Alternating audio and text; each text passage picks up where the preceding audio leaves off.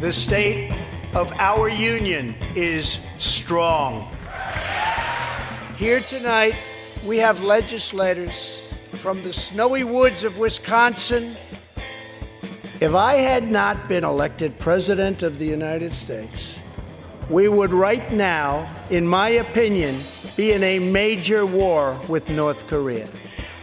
Large, organized caravans are on the march to the United States. I have ordered another 3,750 troops to our southern border to prepare for this tremendous onslaught.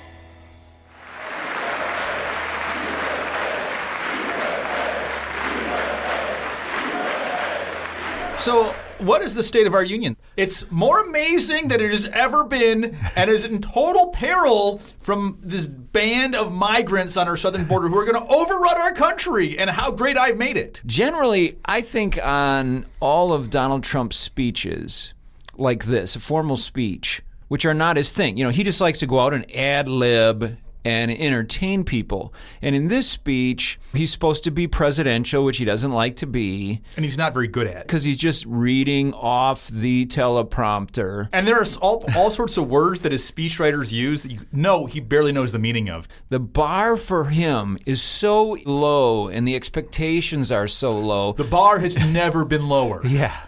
That beautiful low bar. Is it a bar, or is it a wall, or is it a fence, or is it a shrubbery? It's a tiny little wall for him to climb to do better than expected. Even though I didn't think it was a good speech, I thought it was better than I thought it was going to be. I thought he was more presidential than I thought he'd be. There were no terrible ad-libs that started a new controversy in the Middle East or something like that. And there were a couple of nice moments, too. There were some nice, soft, fuzzy moments that we're going to talk about on Center Stage today, the Wisconsin State Journal's political podcast from the sensible center of Wisconsin politics. I'm Scott Milfred, the editorial page editor for the Wisconsin State Journal. And I'm Phil Hands, the editorial cartoonist for the Wisconsin State Journal. And we are half of the Wisconsin State Journal editorial board. The better-looking half.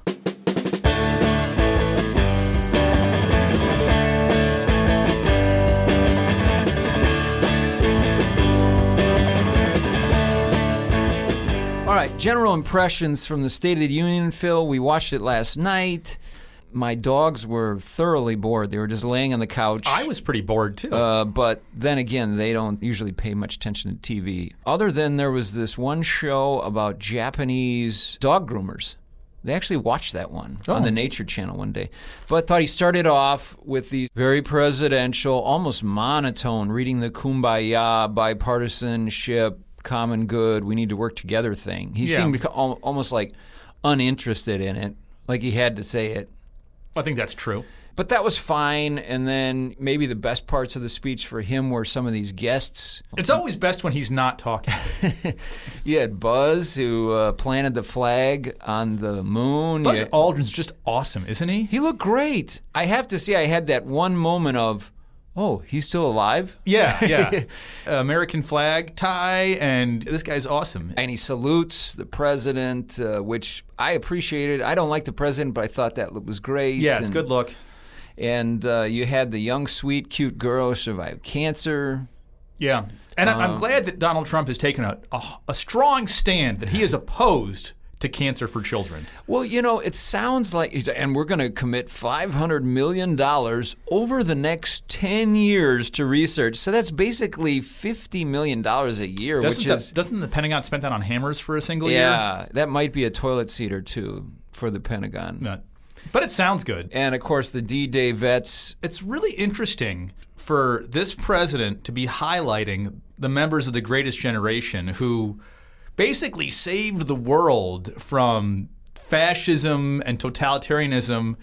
And, you know, Trump's foreign policy is we want to go huddle in America and take care of ourselves first.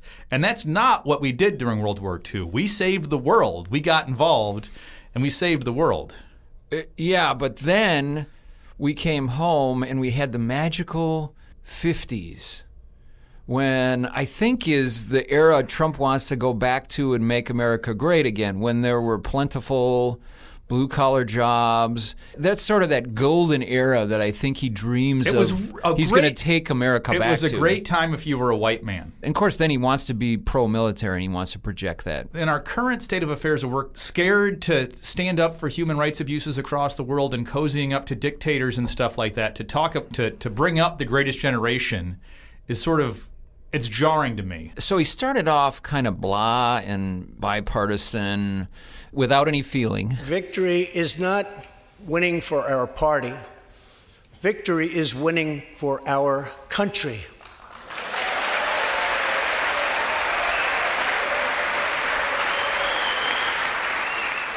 We must reject the politics of revenge, resistance, and retribution, and embrace the boundless potential of cooperation, compromise, and the common good. Eventually, though, in this speech, he did get to some classic Trump controversy and absurdism. Like, you know, he started bragging about the boom and the hottest economy anywhere in the world, not even close. And he starts stepping back and turning to the side and lifting his chin and getting all Mussolini on how awesome and great he is. An economic miracle is taking place in the United States. And the only thing that can stop it are foolish wars, politics, or ridiculous partisan investigations.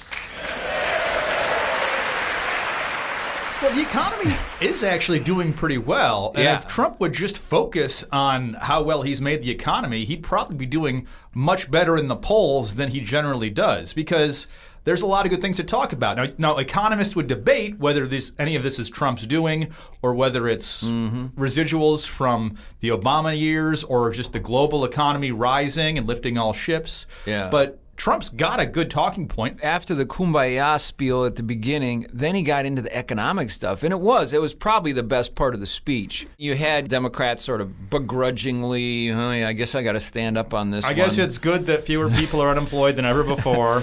He did pull a Scott Walker. I don't know if you caught that, Phil. More people are working now than at any time in the history of our country. 157 million people at work.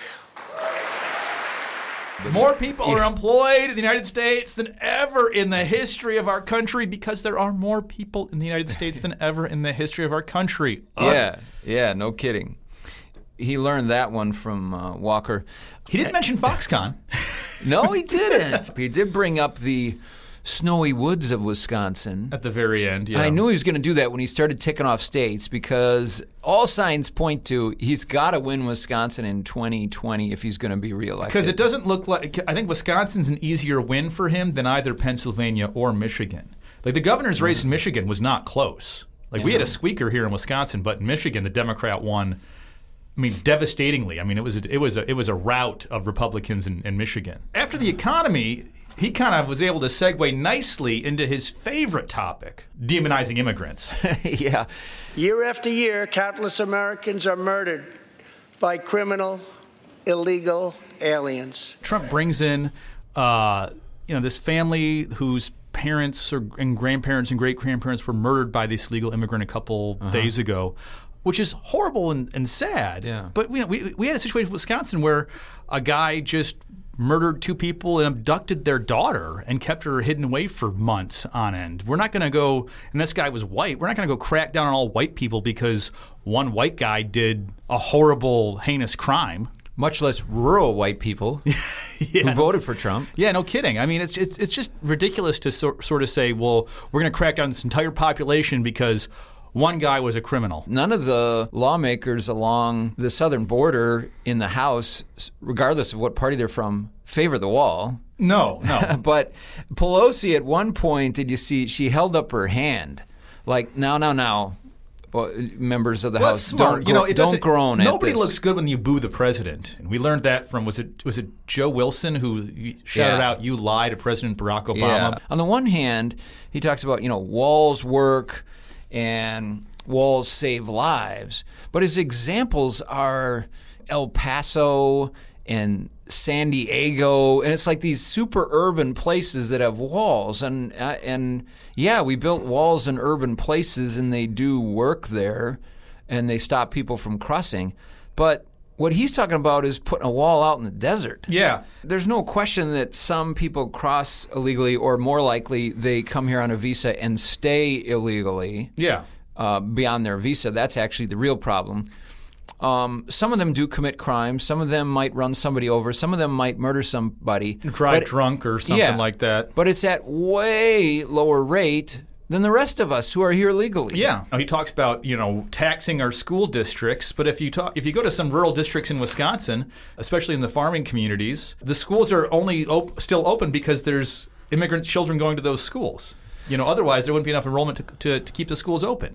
And the other thing that frustrates me is he talks about how what we really, really like are legal immigrants. But he wants to cut legal immigration. Oh, yeah. So if we love them so much and that's the way we're supposed to do it, and I don't think anybody would disagree with that, but how are we supposed to get more people to come in legally if we're going to let less of them in legally? It doesn't work out that way. That's his preferred policy. Earlier in the speech, the Republicans started chanting USA, USA over some red meat Republican thing. Well, the Democratic women started chanting USA, USA when he talked about more women elected to Congress than ever before. And that was kind of a fun moment. That was my favorite part. I mean, and the fact that Trump encouraged that moment and made that moment happen, I thought was the highlight of the speech for me. And it makes you realize that you hear this from people that know Donald Trump, that he is a nice guy. Oh yeah, and he can be funny. He's funny, and he's a great conversationalist and charming and stuff like that. And that came through in that little snippet of time. Don't sit yet. You're gonna like this. And exactly 1 century after Congress passed the constitutional amendment giving women the right to vote, we also have more women serving in Congress than at any time before.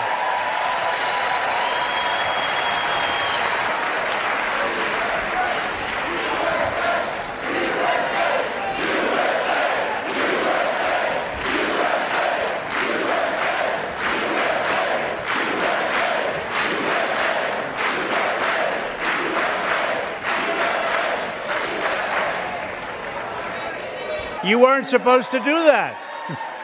Thank you very much. That totally lightened the mood, and then they all sang happy birthday to the... That was a survivor of the synagogue massacre. Oh, yeah. As long as we're all happy, shiny people here on this speech all of a sudden when we got to that fun part, I did actually have a short list of things I liked. Oh, let's hear the short list. This year, American astronauts will go back to space on American rockets. That's a good thing. I like that. I noticed that even Tammy Baldwin stood up and applauded on that. Ooh. She also applauded on, I think, the Made in America legislation or something. Bet she did, I think she got some shout out on that. That protectionist, anti-trade stuff. Yeah, she was all for that. But anyway, she was enthusiastically applauding. Does Tammy think we're going to build the rockets here in Wisconsin? Do you think that's why Maybe that's why, yeah. The criminal justice reform thing was great. It's so overdue, and I'm glad somebody's doing it, right? Yeah. And as you noted in one of your cartoons last night, you were live tuning the State of the Union. Trump should be especially happy about that because he's reforming the criminal justice system before he enters it, right? That's right. There was one moment where he said global, and I thought, oh my God, he's going to mention global warming. And he said global freeloading, which is people not paying for NATO and such. NATO, yeah. As much as I think Trump has been wrong to question our alliances overseas, it's really good that he's getting NATO countries to actually pay their way for the military defense. Yeah, it used to be American leaders were more concerned about the ramifications around the globe than they were about money. Trump is way more concerned about money than he is about any ramifications around the world. And not being taken advantage of or looking like a sucker. When it comes to money. Yeah. Eliminate HIV in 10 years? Sure.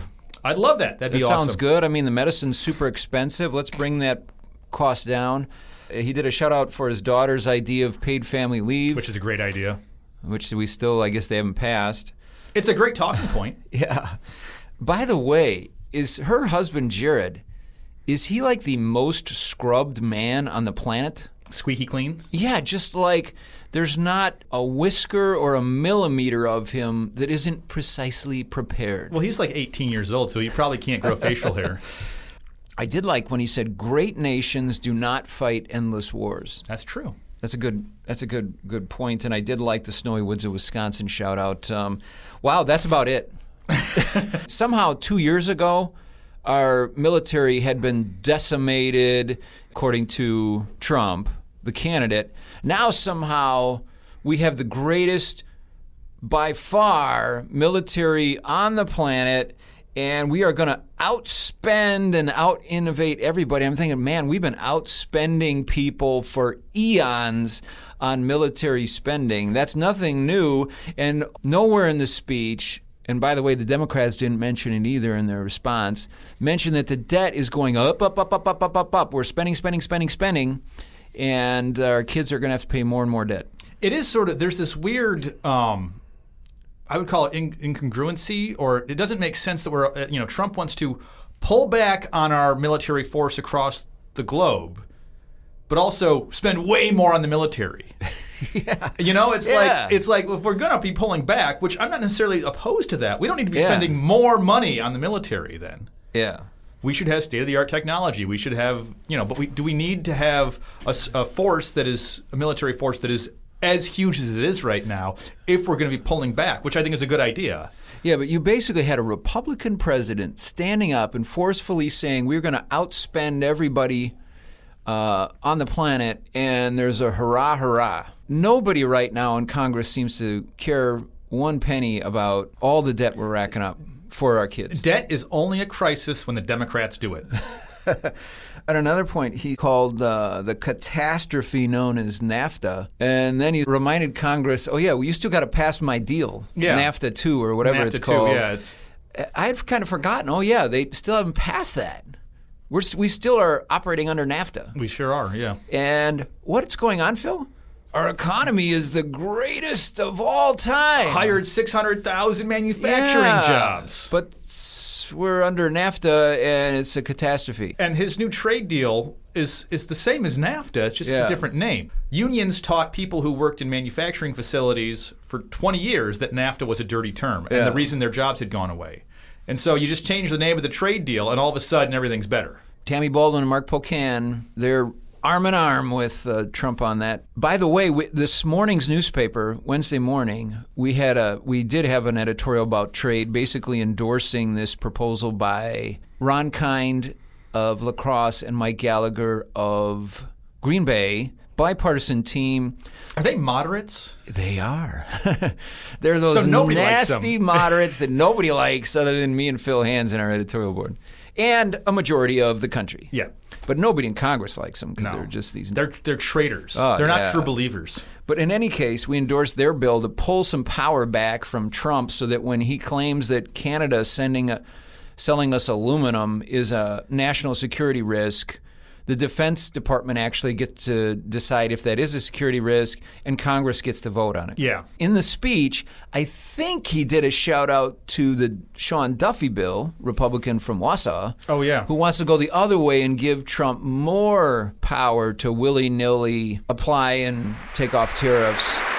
Tonight, I am also asking you to pass the United States Reciprocal Trade Act, so that if another country places an unfair tariff on an American product, we can charge them the exact same tariff on the exact same product that they sell to us. The good news on that is, according to Politico, that bill is dead. Oh, good. And we mentioned that in the paper today, too, in our editorial. One of the fun things about the State of the Union, which used to be more fun when Paul Ryan from Janesville was sitting behind the president, because you could you could watch every reaction. Are they, they're going to roll their eyes? Are they going to applaud? Are they standing? Are they not? What are they doing?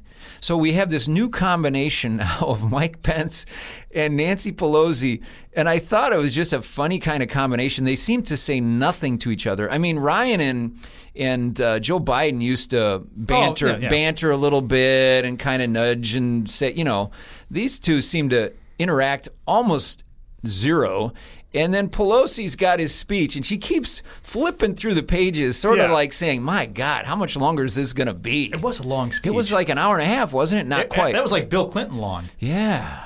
I will say Mike Pence, when he's looking so like adoringly at Donald Trump, but he's also kind of looking at us, and I get uncomfortable.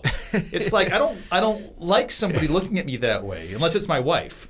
He has this practiced thing where whenever he's behind Trump, he has this slight, he gets this seriousness in his eyes, and he gets this expression on his face where it's sort of like, this is a great man we are and listening to. I'm being moved emotionally by what he's saying right now. Yeah, and his eyes squint a little. So deep. And he has this just subtle nod like, my God, this man is a descendant of God. And but the one point where he kind of was like, oh boy, oh shucks, this is great, was when Trump mentioned that the guy who had gotten out of prison had done Bible studies in prison. Yeah. And boy, did he get jolly on that one. Sure Mike Pence did. And then I was thinking, who really needs some Bible studies lessons? Donald Trump. That's right. We could get this guy to tutor him. Where in the Bible does it say it's okay to pay off your porn stars and playmate mistresses with hush money? I did notice Donna Shalala. Oh, I didn't see her on the feed. She's so short. She can't was see in the her. Back. Yeah, she was behind. How did you ever see her? I don't know. Like 4 feet tall. I just, there's a sea of women in white, and I could say, hey, there's a little one right there. And what was she? How did she look? Was she happy? Was she sad? I think I don't remember exactly what moment I saw her in, but she was clapping. I think it might have been that women's moment, and she was clapping jovially. Okay, well that's pretty cool. Another Wisconsin connection was Stacey Abrams, who gave the response. Did you watch that? I did watch her response. Okay, she's the Democratic African-American woman from Georgia who almost became governor there but lost, and the Democrats picked her to do the response. She grew up in Madison when she was a little girl. I hear she's running for Senate. That's why they're putting her out there? Yeah, it's the scuttlebutt is that she's going to run for Senate 2020. And they had to be careful about who else they'd put out there because the Democrats have 100 people running for president. Yeah, you can't pick one of the candidates. Yeah, so you had to pick somebody that is not running for president because they just lost. Because they're a loser. I thought, did you watch that? Yeah, I watched her. I thought she did all right. I thought starting off by wishing everybody a happy Lunar New Year was like, what? That is a weird thing to do. We got to give her credit. She brought up redistricting. She did. So, we don't want the politicians picking their voters, so I like that. And she brought up the gun issue, which, interestingly enough, Trump didn't go to you rah guns. He did not, no. Well, he just banned bump stocks, too, so maybe... He could have touted that, but maybe the NRA doesn't like that. No, I don't think they do.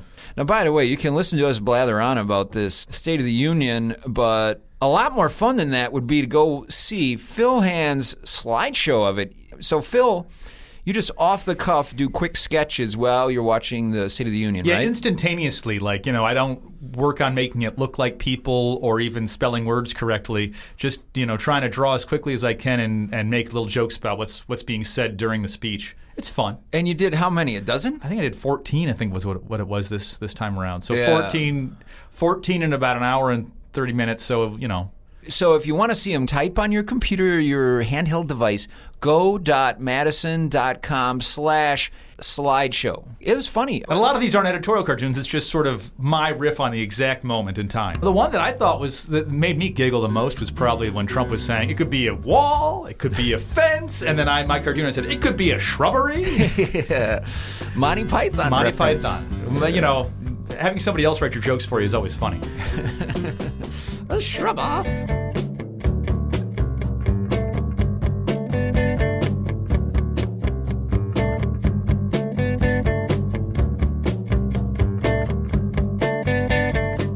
That sounds so good.